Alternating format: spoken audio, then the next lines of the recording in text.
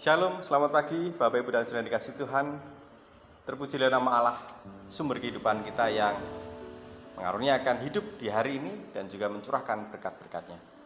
Mari Bapak Ibu Saudara, kita mengawali hari kita, mengawali hidup kita dengan mengarahkan hati kepada Allah. Dan kita bersama mendengar serta merenungkan sapaan firman-Nya. Mari kita memohon berkat Tuhan di dalam doa. Ya Tuhan, kami bersyukur atas hidup kami saat ini, atas anugerah-Mu, atas penyertaan dan pertolongan-Mu dalam perjalanan kehidupan kami di hari yang telah kami lalui. Dan hari ini, hari yang baru, hidup yang baru, kami ingin senantiasa hidup di dalam tuntunan-Mu ya Allah. Dan biarlah firman-Mu yang akan kami dengar, kami renungkan, sungguh menjadi pelita, penerang bagi kehidupan kami, menerangi hati pikiran kami. Bersabdalah ya Allah, kami siap untuk menerima, mendengarkan, dan melakukan. Dalam nama Yesus, Tuhan kami berdoa. Amin. Firman pagi ini dari Matius 23 ayat 27 dan 28 yang demikian. Celakalah kamu, hai ahli-ahli Taurat dan orang-orang Farisi, hai kamu orang-orang munafik, sebab kamu sama seperti kuburan yang dilabur putih, yang sebelah luarnya memang bersih tampaknya, tetapi yang sebelah dalamnya penuh tulang belulang dan pelbagai jenis kotoran. Demikian jugalah kamu, di sebelah luar kamu tampaknya benar di mata orang, tetapi di sebelah dalam kamu penuh kemunafikan dan kedurjanaan. Amin. Demikian firman Tuhan. Tema pagi ini, jujur apa adanya. Ibu, Bapak, dan Saudara dikasih Tuhan, kalau kita perhatikan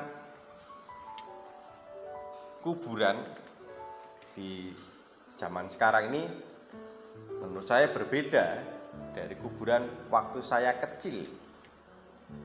Kuburan pas saat saya kecil itu membayangkan saja sudah mengerikan, karena yang namanya kuburan waktu itu pasti simbolnya yang muncul dalam pikiran adalah tanaman yang besar, yang rimbun, entah itu asem Jawa atau pohon beringin atau randu alas yang lingkar ininya besar banget, dirangkul 5 atau 6 orang nggak muat. Belum lagi suasana di lingkungan kuburan yang memang gelap karena banyak sekali pepohonan.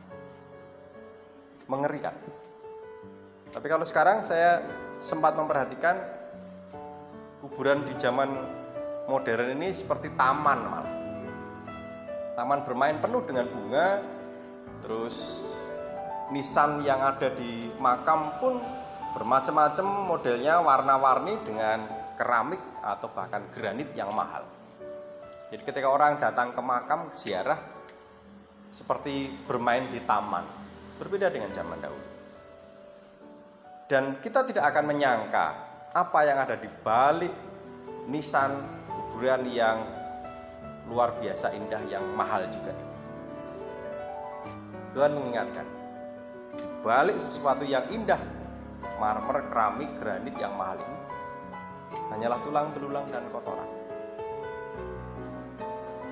Ini menjadi pengingat.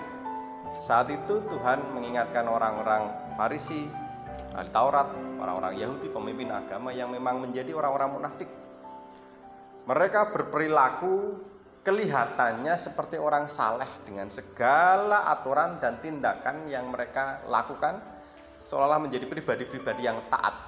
Simbol-simbol keagamaan, baju, jubah, mungkin juga penutup kepala, simbol-simbol yang lain, mungkin waktu itu jenggot yang panjang, atau simbol-simbol agama Yahudi yang melekat dalam diri mereka.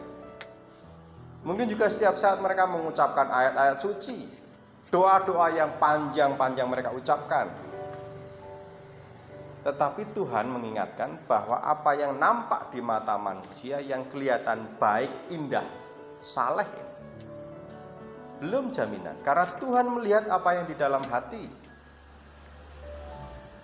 Dan yang Tuhan tahu, hati manusia, termasuk ahli Taurat, orang-orang Farisi saat itu, penuh dengan kemunafikan, kedurjanaan, kejahatan, ambisi, ego mereka yang luar biasa, keinginan untuk mencari keuntungan bagi dirinya sendiri. Mereka menjadi pribadi yang munafik, tidak jujur apa adanya. Dan hari ini kita diingatkan untuk menjadi orang-orang yang jujur apa adanya, bukan hanya di hadapan manusia, tetapi terlebih lagi adalah di hadapan Tuhan. Mari kita menata hidup kita, memoles diri kita, bukan hanya yang nampak di luar, tetapi justru terlebih dahulu kita menata dari dalam hati kita. Ketulusan, cinta kasih, kejujuran, itu yang terus kita kembangkan. Positive thinking, memandang orang lain dengan baik, dengan positif, tidak selalu dikuasai oleh iri, dengki, kebencian, dan hal-hal yang tidak baik. Kita bersihkan hati kita terlebih dahulu, karena hati yang bersih itu akan memancar juga dalam kehidupan kita sehari-hari, muncul lewat tutur kata kita, lewat perilaku kita. Itu yang Tuhan mau. Apa yang nampak di luar semestinya dilandasi oleh hati yang bersih.